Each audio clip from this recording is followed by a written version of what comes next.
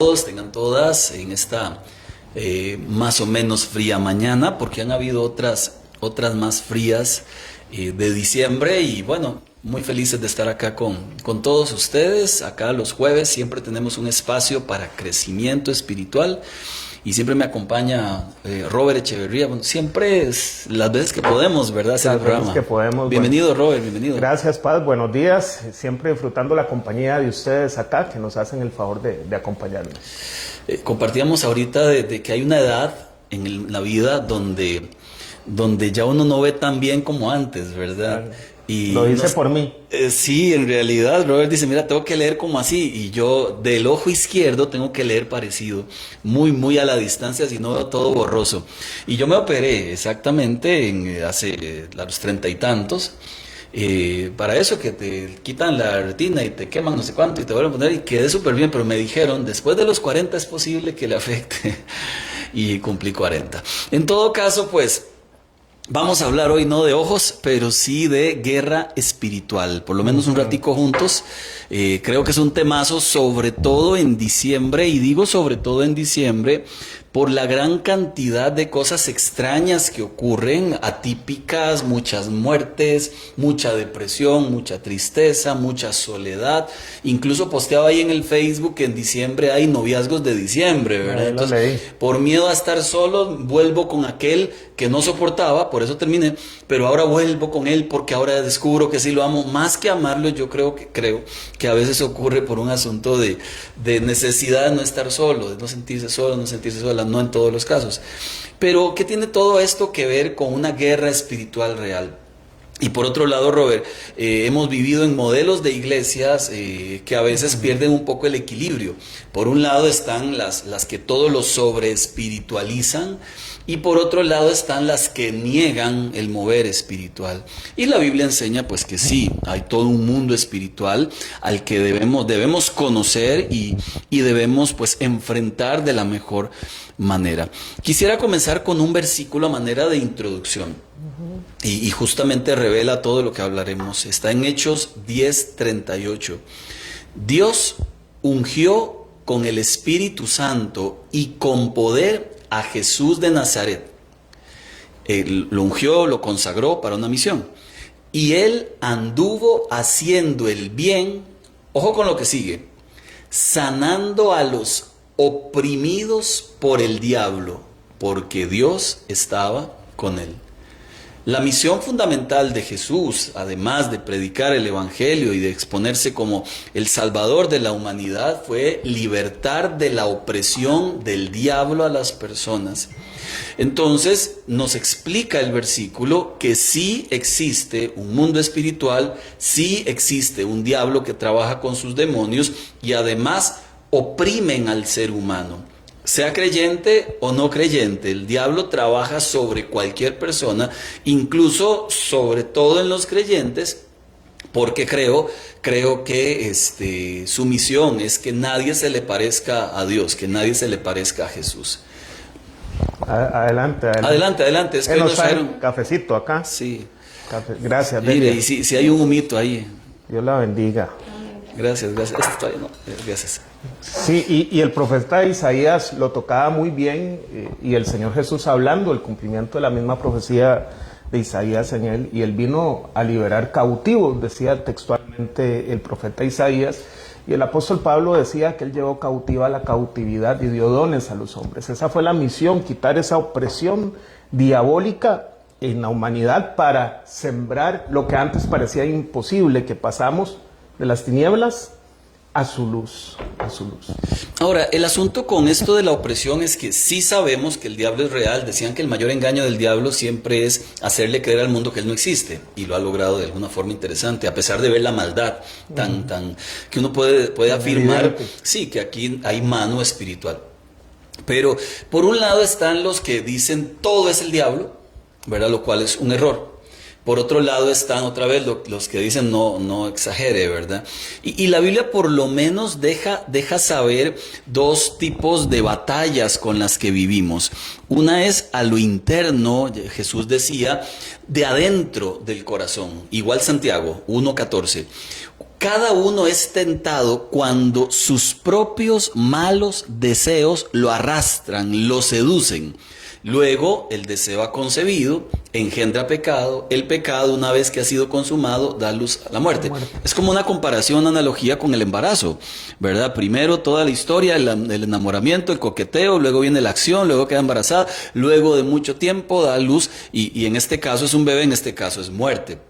Entonces, primera gran área de batalla, y es espiritual, es a lo interno del corazón. El fin de semana predicaba sobre cómo cuidar la mente para que no nos gane esta batalla.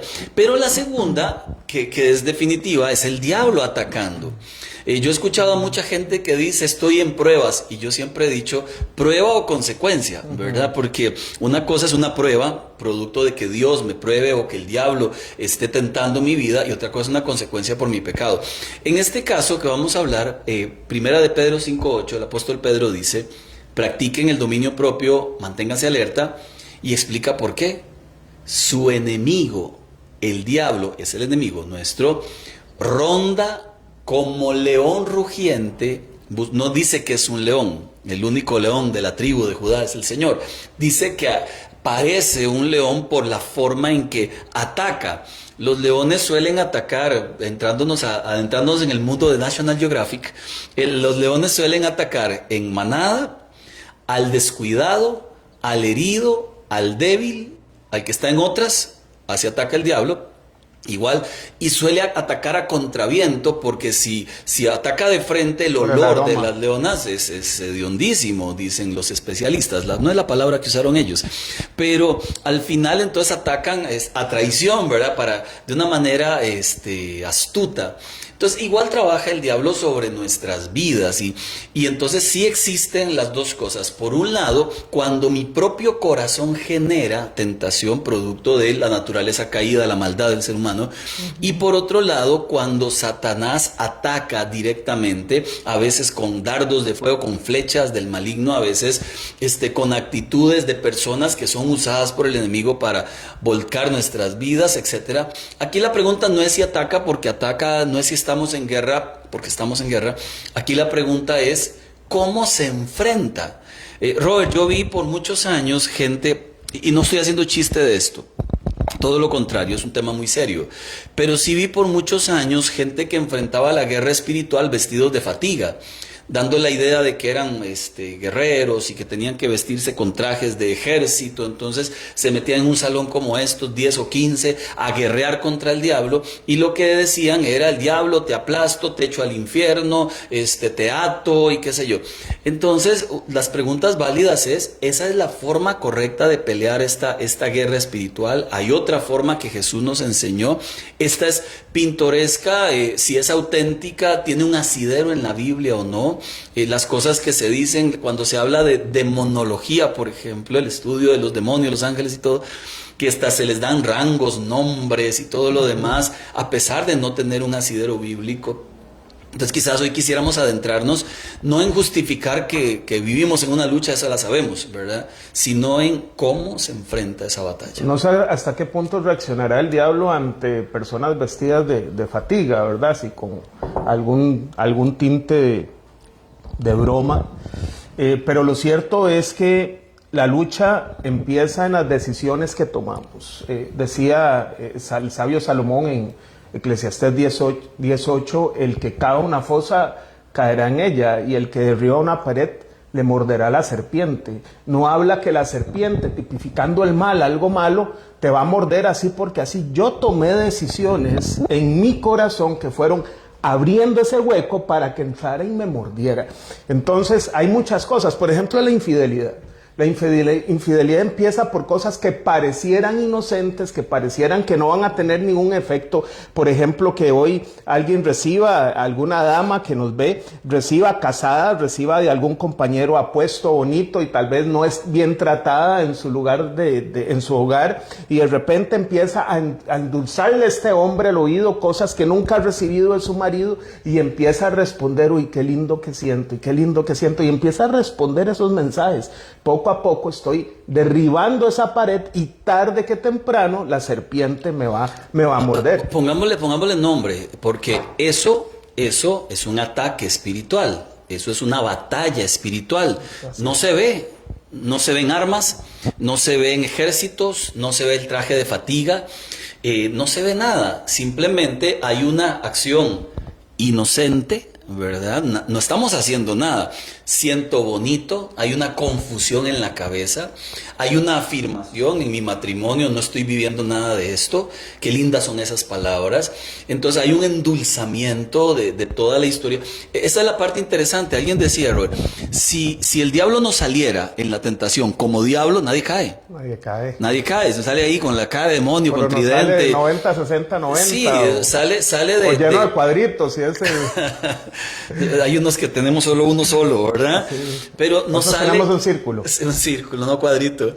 Pero igual es una fórmula matemática. Entonces, funciona. Nos adentramos entonces en un conflicto bastante interesante. ¿Cuántas cosas durante el día podríamos vivir en guerra espiritual sin estar conscientes que es una guerra espiritual? Amós era el que decía: mi pueblo perece porque le falta conocimiento. Y podríamos estar enfrascados en guerras espirituales e ignorarlas y ni siquiera usar armas en ese momento. Yo cuento, yo sueño siempre, todos los días de mi vida sueño, todos. El 90% no tienen ninguna significancia. O sea, en algunos vuelo, en otros nado y ni sé nadar. No tienen ninguna significancia.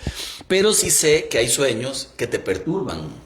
Y cuando un sueño te perturba, uno debería prestarle atención. Claro. Hace un tiempito atrás tuve uno que me perturbó, realmente me perturbó.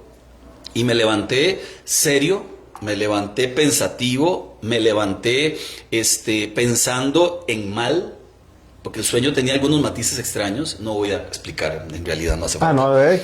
No hace falta. Si se queda hasta las 11:30 le explico. Nosotros terminamos a las 10. Pero fíjese que yo allí, la verdad, no hice nada. O sea, solo percibí el sueño, qué sueño más extraño, yo no estoy pensando en estas cosas, cómo no sé cuántos amarres extraños ocurrieron ahí en ese sueño. Y me levanté y pasé toda la semana con cara larga, pasé toda la semana enojado, pasé toda la semana pensativo. En lugar de hacer y de usar las herramientas de Dios para pelear esa batalla, dejé que la batalla continuara sin pelearla. Y pues lamentablemente tuve una afectación emocional. Entonces dice uno, ¿por qué podemos pasar nosotros por batalla sin darnos cuenta? Por falta de conocimiento.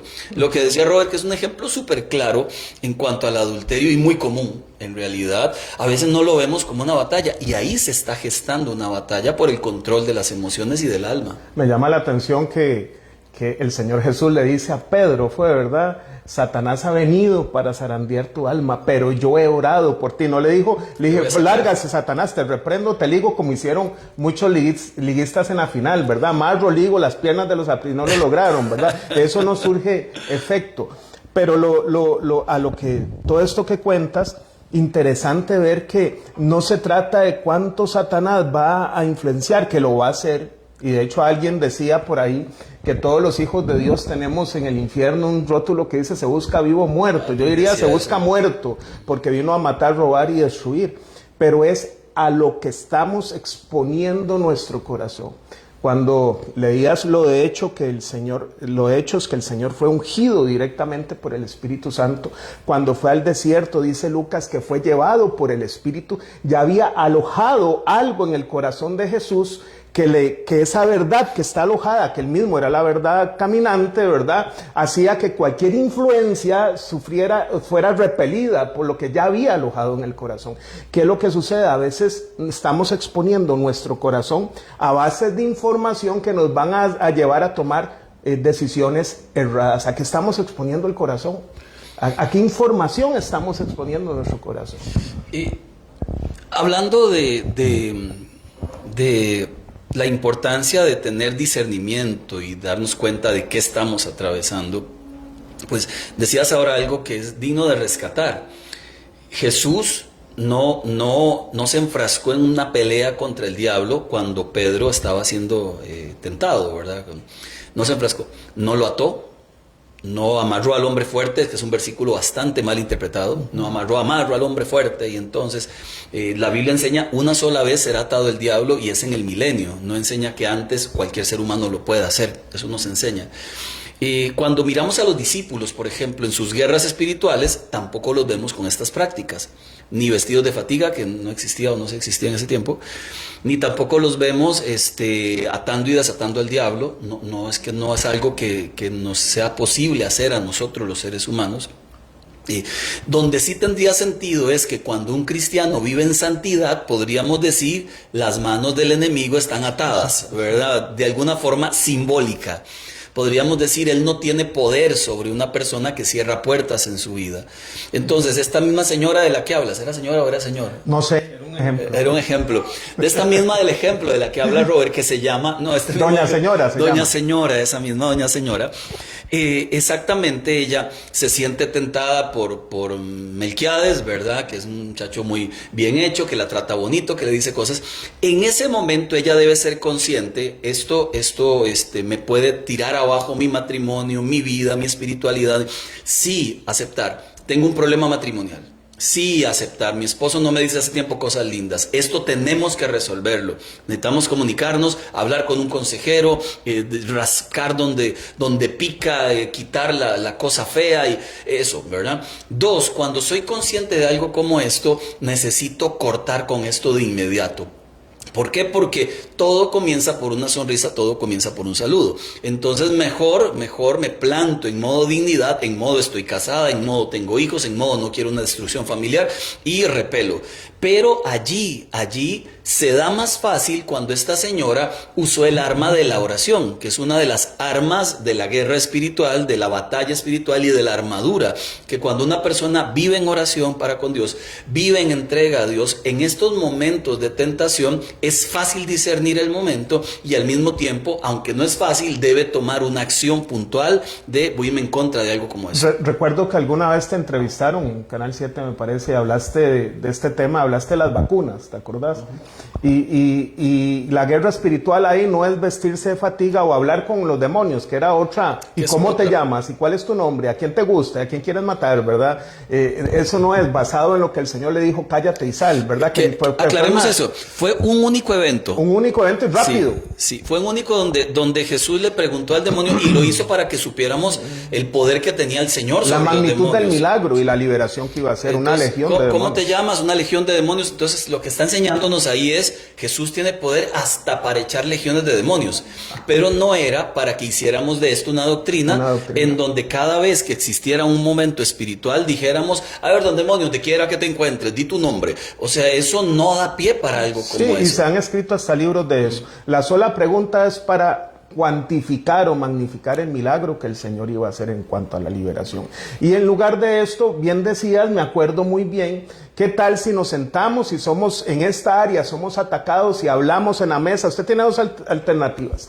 Irse a comer con los compañeros de trabajo y decir, ay, es que Paola, yo es que infeliz que es Paola, ¿verdad? No la soporto, vieja gritona, ¿verdad? O bien decir, estoy enamorado de mi esposa como mi primer día. Si tuviera la oportunidad de volverme a casar y volver al pasado, escogería a la misma persona. Y todas estas frases ya crean una concha que hace que cualquiera que quiera tentarme, ahí no entro porque el compa, perdona la expresión, está, como decimos en Costa Rica, bien pepiado, bien enamorado, ¿verdad? Entonces nuestras expresiones, aún nuestras palabras, dan a entender lo que hay en nuestro corazón. En el huerto del Edén, el error de Eva, hablar con el diablo, contestar las preguntas del diablo, ¿verdad? Y claramente a veces nosotros estamos exponiendo nuestros problemas de vida a la gente que no tenemos que exponer nuestros problemas de vida, a la gente que no conoce a Dios, y estamos tomando un consejo que realmente no es la palabra de Dios. Acá hay una cita bastante interesante en Mateo 12:28. Si yo expulso a los demonios por el Espíritu de Dios, entonces el reino de Dios ha llegado y está entre ustedes. Una frase que usa Jesús cuando está enfrentando su batalla espiritual es, escrito está, vete de acá. La palabra. O sea, la palabra y una orden directa y clara. Usted no tiene parte en mi vida, te vas en el nombre de Jesús. Jesús fue con toda la autoridad, simple a la hora de enfrentar la batalla espiritual. La batalla la enfrentó primero con una vida devocional con Dios, la enfrentó con fe. Esto es lo que ocurre cuando Pablo está ya en la cárcel, ¿verdad? Y según yo, está viendo al soldado romano allí vestido y está metido en la cárcel. Entonces él escribe cartas siempre, tiene ese don de parte de Dios y esa inspiración del Espíritu, saca pluma, ¿verdad? De lapicero kilométrico, diríamos nosotros hoy, saca una pluma, mira al soldado romano y comienza. La armadura de Dios. Jamás en la vida se imaginó que 2000 años después sería una de las citas más predicadas en todo el mundo, ¿verdad? Claro. Una analogía por estar viendo a un soldado allí. Nos da una lección, haga lo que Dios le mande a hacer. Usted no se imagina el día de mañana cuánta gente puede afectar. Y comienza a mirar, mire, pónganse todos el escudo, pónganse la espada y miren el cinturón, la justicia y el calzado, claro, predicar el evangelio, el calzado de predicar. Y saca una maravillosa, magistral analogía entre lo que un soldado real debe pelear versus cómo un cristiano debe pelear. Pero todas las armas que hay de ataque, hay de defensa, todas tienen que ver con acciones puntuales. Predicar la palabra, orar, vivir en verdad, no en mentiras. Todas tienen que ver, usar bien la palabra de verdad, la espada. Todas tenían que ver con una vida completa de entrega a Dios, de adoración a Dios, de oración a Dios, de dependencia de Dios. Esa era la batalla espiritual que Pablo nos explicó de una manera tan fina. Y en ese ropaje que es nuestra responsabilidad ponernos, la verdad, alguna vez también enseñaste eso, de ponernos nosotros todos los días esa ropa en un día y después me la quito, ¿verdad? O me la quito un toquecito y después me la vuelvo a poner. Es interesante ver todo lo que significa cada una de esas cosas. Entonces vemos que hablamos de un pecado como adulterio, pero también hay cosas que no podemos tipificar como pecado, pero que también nos puede atacar el enemigo. Cuando decías lo de ahora la moda de Navidad, ¿verdad? Que como me siento solo, me recordaba una, ya me van a juzgar, ¿verdad? Me recordaba un episodio de Mr. Bean, que entonces Mr. Bean se levanta en Navidad y abre un regalo, él mismo se lo envolvió, él mismo lo abrió, cuando lo abre hace como que qué lindo que alguien y se escribió una carta y todo. Bueno, a veces el enemigo nos ataca también con esas cosas, y una de las cosas que más nos ataca es con la falta de perdón.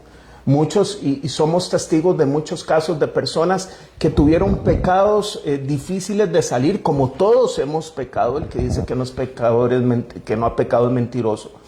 Y de repente ya dejó ese pecado, pero cada vez que se acerca a orar, le viene el pensamiento hipócrita. ¿Cómo vas a acercarte al Señor con aquello que hiciste? Y ya ese pecado fue borrado, porque el enemigo, además de ser engañador, de ser destructor, de buscar nuestra muerte, es mentiroso, va a sembrar duda y es el acusador. Él siempre dice la palabra que a sus presos nunca les abrió la cárcel. Él va a llegar a decir, es imposible. Entonces Pablo dice, en la mente, en su cabecita, póngase el yelmo, el casco de la salvación. Usted es salvo, no por lo que hiciste, ya Dios no se acuerda de eso, fue borrado por la sangre de Cristo, fueron borrados tus pecados y sos salvo, ¿verdad? Y ahí vemos la influencia otra vez, porque charlaba con un matrimonio hace un tiempo atrás, que esto se repite mucho en mis consejerías con los matrimonios. Entonces les pregunto, ¿cómo están sus vidas hoy? ¿Verdad? Entonces comienzan a contarme, mire, peleamos todo el día, no nos hablamos, no tenemos intimidades, me quiero ir de la casa, me quiero divorciar, etcétera. Casi que se repite en muchos hogares, más en estos tiempos donde el diablo nos hizo creer que el matrimonio es de juguetillo, ¿verdad? Marca Acme. Para los de hace muchos años atrás, Correcaminos. Y es muy triste cuando uno escucha cosas como estas, pero entonces les digo, bueno, eso que me están diciendo tiene que ver con destrucción, sí, tiene que ver como que ustedes sienten que les están robando la vida, y sí, tiene que ver con sentirse como muertos en vida, sí, bueno, ese es el plan del diablo. Entonces lo único que uno puede ver en un matrimonio así es que el enemigo ha sembrado todo lo que ha querido, porque el plan del diablo es matar, robar, destruir. Y cuando un ser humano vive como si le hubieran robado todo el tiempo, como si estuviera muerto pero en vida, como si estuviera perdiéndose en el camino, téngalo por seguro, es que el diablo ha trabajado en la vida de esa persona. Entonces, aquí no podemos dejar de pensar que por otro lado lo que Jesús ofrece es todo lo contrario, una vida y vida en abundancia. Entonces uno tiene que ser honesto y analizar cómo estoy viviendo la vida, porque si uno dice como lo primero, entonces uno dice, aquí hay opresión del diablo, hay que orar en contra de esa opresión del enemigo. ¿Cómo se ora? Bueno, en el nombre de Jesús, pidiendo que toda opresión se vaya, ordenando al enemigo, a cualquier demonio, a cualquier manifestación, que deje mi hogar, que deje mis sueños, que deje mi casa, que ¿me explico? Sí se puede orar y debemos orar con la autoridad y no necesariamente un pastor de la iglesia. Todos en Dios tenemos la misma autoridad porque todos fuimos comprados con la misma sangre, fuimos pagados el precio por el costo, ¿verdad? El precio de Cristo Jesús allá en la cruz. Entonces, es importante que cuando percibamos este tipo de opresión, oremos. Que cuando sea muy grande, pues ahí sí, tendríamos que buscar a más gente y oramos más porque siempre cuando se ora más es mejor, ¿verdad? La puerta se cerró. Pero siempre cuando se ora más, entonces es mejor. Es que hay que cerrar la puerta para que el enemigo no entre. Sí, bueno, Ana, pues sí, en realidad el ejemplo quedó perfecto.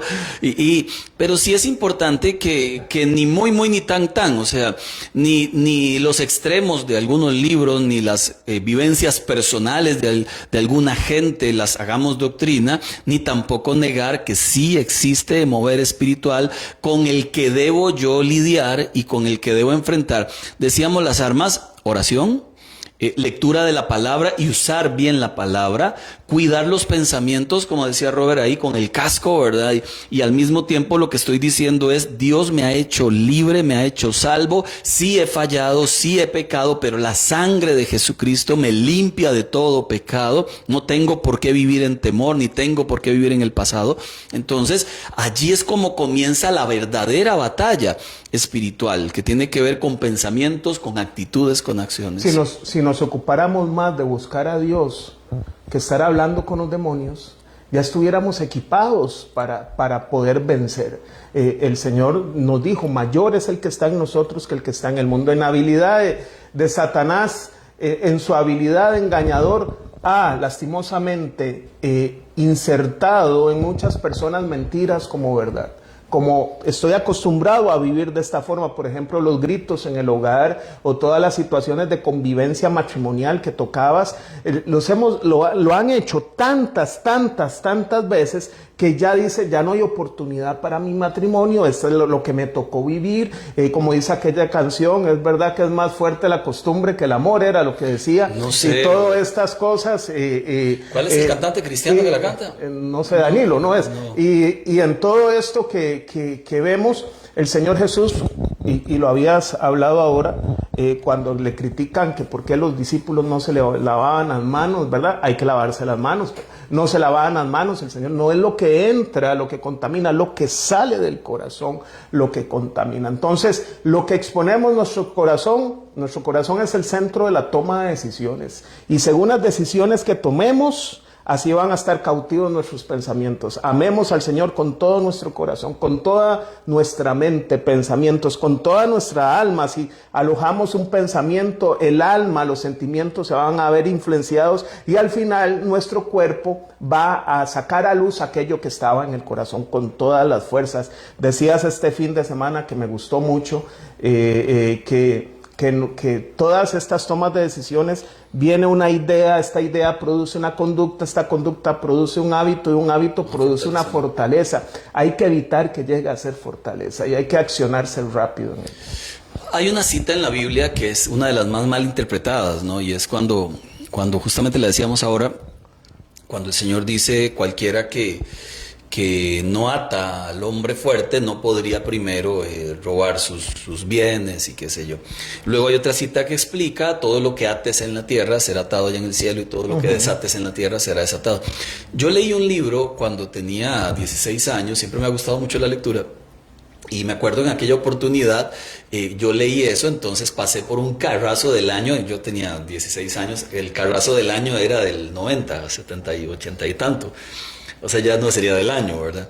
Y cuando veo ese carro, yo leí eso y leí el libro que decía, ata lo que quieras para ti, ¿verdad? Entonces yo tocaba ese carro y decía, lo ato para mí. ¿verdad? Luego, me gustaba una muchacha también de la iglesia, cuando yo iba como por ir, pero no me interesaba a Dios para nada. Entonces yo a la distancia le hacía la manilla así, ¿verdad? Yo decía, la acto para mí en el nombre del Señor, porque la Biblia dice que todo lo que ates en la tierra. Y nos olvidamos del contexto y nos olvidamos de qué estaba hablando Jesús en toda esa historia. Por lo menos esta cita habla de problemas de iglesia, de problemas de legalidad, de problemas donde no se ponen de acuerdo y tienen que intervenir los ancianos, los pastores de la iglesia para resolver esos problemas. Entonces, cuando se meten ellos a resolver los problemas, lo que el Señor está diciendo es: todo lo que ustedes decidan en la tierra, como tienen la madurez, como tienen el conocimiento, como tienen el Espíritu Santo, lo que ustedes tomen como decisión, yo lo valido, ¿verdad? Y lo que ustedes digan no está bien, yo también lo voy a decir. De alguna forma Dios está empoderando a sus líderes para que tomen decisiones de importancia a nivel de iglesia, sobre todo en ambientes y en ámbitos donde hay mucha rebelión y todo esto, donde hay mucho pecado, como Pablo dijo y toma la autoridad de Dios: el tal se ha entregado a Satanás, aquel hombre que estaba teniendo intimidad con su madrastra. Entonces, en ese caso, por ejemplo, claramente, Pablo toma la autoridad, dice algo que Dios valida ya en el cielo, porque Pablo tiene el Espíritu Santo, porque tiene la revelación de Dios, porque dentro de ese contexto, atar tiene mucho sentido, pero no significaba que yo podía andar atando y desatando lo que yo quisiera en la vida. No se trataba de eso, porque si no, contradeciría el principio de: Señor, haz tu voluntad y no la mía. Desde el momento en que yo paso por la vida diciendo quiero aquello y lo ato para mí y lo tengo, olvido la oración de Jesús, y la oración de Jesús es diferente a eso. Es: haz tu voluntad, aquí en la tierra como en el cielo. Es: Señor, quisiera esto, pero no se haga mi voluntad sino la tuya.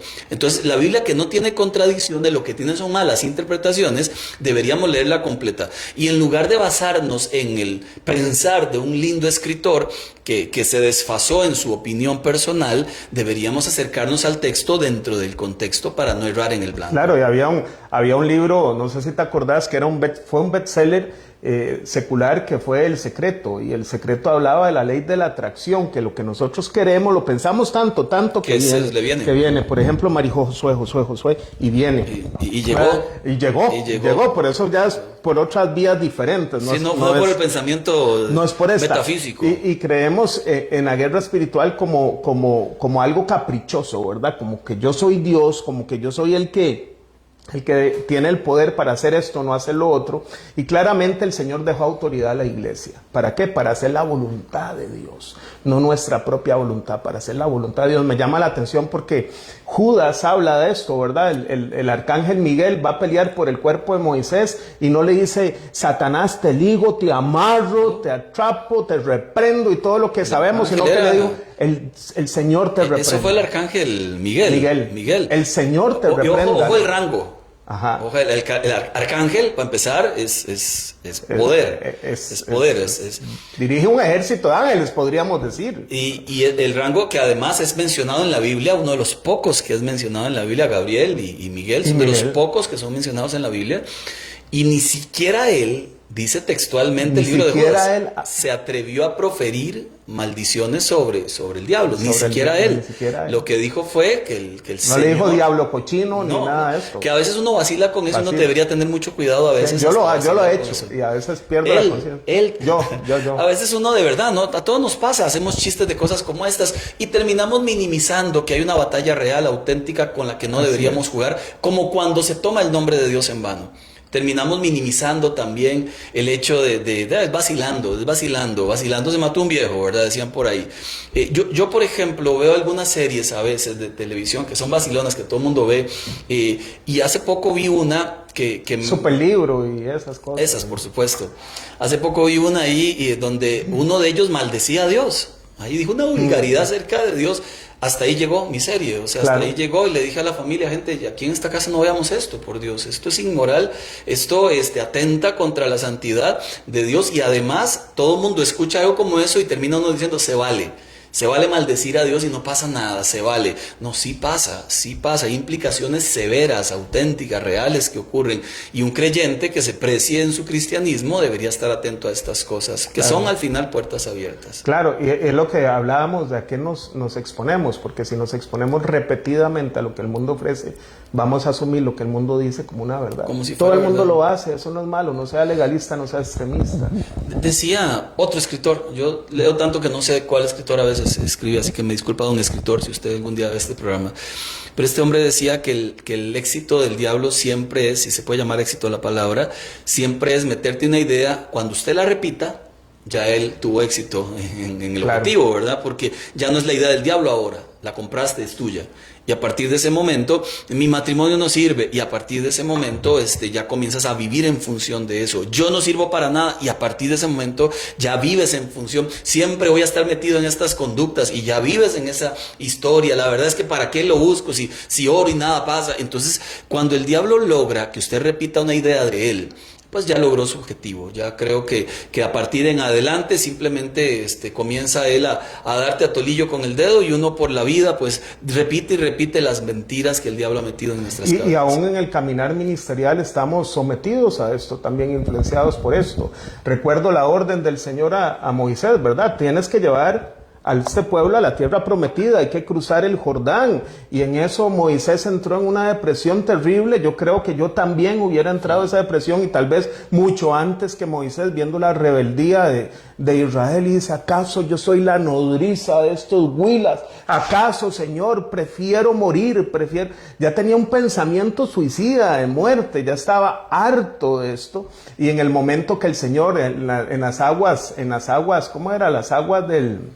ya se me olvidó, donde iba a fluir el agua en la roca, que tienen sed, ¿verdad? El Señor nada más le dice: ve, habla y va a salir el agua, y Moisés, obstinado, hizo otra cosa y le arrió a la roca veces. y le pegó un sermón a Israel, cosa que el Señor no lo había mandado a hacer. Y a veces el hecho de que sean figuras usadas por Dios no implica que también tomen errores influenciados también por lo que llegan a sus Ahora, pensamientos. importantísimo, ya que lo tocas, ¿puede un creyente estar endemoniado? Yo creo que no, porque tampoco. al haber recibido al Espíritu Santo en el mismo templo donde habita el Espíritu, no puede haber un demonio. ¿Puede un creyente estar influenciado 100%? Claro. 100%, sea líder o no, apóstol o no, o simple servidor, sin títulos ministeriales gigantescos, cualquier persona, usted y yo, podemos vivir influencia demoníaca, producto de la ignorancia, o sea, ignorar el evento, producto de las puertas que se abren, producto de muchas Y aunque cosas. seas bien sólido en el Evangelio, dice que en la tentación de Jesús en el desierto, Satanás lo dejó por un tiempo, ¿verdad? Entonces, posiblemente hubo muchos episodios que el Satanás volvió a tratar de menoscabar o de hacer mella en la misión que tenía. Eso es importante, o sea, el diablo generalmente trabaja por ciclos y sobre todo en las típicas conductas que aborrecemos y que repetimos. Uno es un ciclo siempre, ¿verdad? Uno se equivoca en lo mismo siempre, pide perdón, se siente mal, terrible, me quiero morir, Señor, no sirvo para nada. Luego comienza uno con el autocastigo, entonces ya ahora dejo de hacer esto y aquello, ahora voy a ponerme a orar, y las disciplinas autoimpuestas. Luego ya uno siente un poquillo de paz. Después de que siente un poquito de paz, ahora sí, uno se siente fortalecido, luego comienza a descuidar su relación con Dios, y luego viene otra vez el diablo, ataca y el sopapo. Entonces va el ciclo, ¿verdad? Ese ciclo que es interminable. Y cuando el enemigo dice la Biblia, ¿verdad?, que le deja por un tiempo, definitivamente. Alguno dirá: entonces, ¿por qué no se escribió todos los demás ataques al Señor de tentaciones y demás? Porque Juan 20 dice que todo lo que se escribió en la Biblia, todo completo, se escribió para nuestro bien, para nuestra salvación. Claro. Y que si se hubieran escrito todas las cosas que ocurrieron con Jesús, no cabrían los libros en este mundo. Entonces, los eventos que Dios permitió que quedaran escritos eran suficientes para poder entender que así como fue tentado una vez, posiblemente fue tentado muchas veces. Es el principio de que la Biblia está escrito, no todo lo que Dios sabe, sino lo que Dios quiso comunicarnos, ¿verdad? Justamente. Ahora, entonces, repasemos las armas. Tienes el arma de la verdad. Tu verdad te libera, la verdad de Cristo libera. Y cuando digo tu verdad es cuando hablamos nuestras cosas, hay siempre libertad. Tenemos el arma de la santidad. Definitivamente, vivir en santidad produce que el enemigo no tenga mucho por donde entrar. Entonces las puertas están cerradas. Tenemos el arma de la palabra de Dios. Escrito está, si la conocemos, sabremos cómo usarla. Tenemos el arma de la oración. Robert mencionó ahora el arma del perdón, ¿verdad? Cuando hablaba de resentimientos y todo, uno piensa, Señor, mira aquella, no, y perdone, ¿verdad? Lo de atar y desatar está relacionado al perdón. Sí, definitivamente, porque uno a veces tiene gente amarrada a la vida, simple y sencillamente porque no los quiero soltar, me hicieron tanto daño, me deben tanto, y que al final los tengo amarrados, y sigue uno repitiendo. Hace poquito me pasó con un colega por allí que digamos que habló mal de lo que yo estaba haciendo. En ese momento yo dije, no pasa nada. ¿Verdad? Uno siempre dice, no pasa nada, dejémoslo pasar. Pero ya cuando hablo con Jackie, qué bárbaro ese señor, que no sé qué. Ya cuando hablo con otra persona, qué bárbaro, ¿cómo se le ocurre? No, yo lo perdono, pero ¿cómo es posible? Y hablé con la tercer grupo, y no, es que vieras que un señor. Entonces me doy cuenta que no, que sigo pegado ahí, que no me gustó de verdad lo que hizo. Entonces mejor fui honesto, fui delante de Dios, Señor, no me gustó lo que hizo ese viejo, don viejo. Estuvo mal. Si tengo la oportunidad de verlo, porque ni siquiera sé dónde está, ni dónde vive, ni qué es, hablo con él y se lo digo. Por ahora ya suelto esto. O sea, le perdono en el nombre del Señor, cierro cualquier puerta, le bendigo, Señor, bendícelo, porque si hay que bendecir aún a los enemigos, ¿cuánto más a alguien que te hace cualquier cosilla, verdad? Entonces, el arma del perdón es indispensable, y como explicaba Robert ahora, pues los pensamientos, el arma de cuidar lo que pensamos, de ponernos ese casco, de cubrir aquello que llega a nuestra mente para que no seamos presa fácil del enemigo. Creo que es Proverbios que dice que así, que como es nuestro pensamiento, así somos, ¿verdad? Y es lo que... 23:7 creo que es. Qué bien, no, yo no me lo sé tan así, ¿verdad? Creo. Pero efectivamente así es. Cuidemos lo que se aloja en nuestro corazón. Y lo importante es, si usted tuviera este vaso aquí con fresco, y en algún momento este color sería el pecado, y usted se mete con el Señor y tiene las disciplinas espirituales, y yo también, y el paz también, tarde que temprano lo que había va a ir saliendo y va a ir desplazando aquello que teníamos, porque es importante también que la guerra espiritual no es solo decir, bueno, defensiva, es ofensiva, la espada es del espíritu, la palabra de Dios es un arma ofensiva, pero también tener presente que una verdad, así como Dios perdona, Dios restaura, Dios hace las cosas nuevas, es mentira que no hay solución. Es más, para todos los pecados hay perdón, a excepción de la blasfemia contra el Espíritu Santo, y Dios restaura todo, aún aquello que es imposible. Por eso es Dios, porque es especialista en imposibles. Terminamos orando, ¿le parece? Vamos a terminar hoy un poquito antes. Tenemos una graduación aquí del centro educativo, y la graduanda número 1 que está acá y que nos está ayudando con la producción tiene que estar allá ayudando con la producción también. Mari es multiusos, por eso Josué no la suelta, ¿verdad? Porque sabe que entra todo, ¿verdad? Entonces, así es, hablamos mucho de Josué, ¿verdad? Ok, vamos a orar, y permítanos orar por su vida, por aquellos que están en opresión, y después de orar, tome usted también la autoridad de Dios para vivir una vida que honre el nombre del Señor. Entonces, Robert, nos diriges en oración. Señor, te damos gracias, Padre. Aquí todos somos necesitados de ti, todos somos sujetos a tentaciones, todos somos sujetos a luchas. Señor, ayúdanos a depender de ti.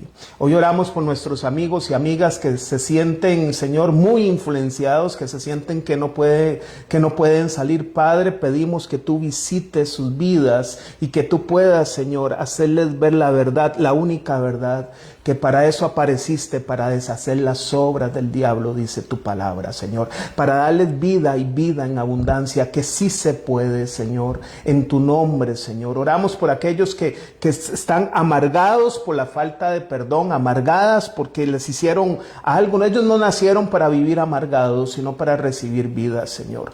Que ellos puedan decir, libero a esa persona, no me debes nada y decido perdonar. Y puedas volver a dibujar una sonrisa en sus labios, Señor. Y oramos por todos nosotros, Señor, incluidos, Señor. Ayúdanos a ser disciplinados en buscarte cada día, Señor, en poder buscar tu rostro, en poder estar influenciados por tu palabra, para que cuando llega el maligno no encuentre nada de nuestra parte que donde entrar, Señor. Te lo pedimos y confiamos en ti, en el nombre de Cristo Jesús. Amén. Amén. Amén. Dios los bendiga. Nos vemos el fin de semana. Chao, Dios mediante. y conéctese y venga este fin de semana a los cultos. No, mejor venga y no se Venga, conecte. venga y conéctese también aquí para Bueno, que esté conéctese viendo ahí más cerca espiritualmente. al pastor.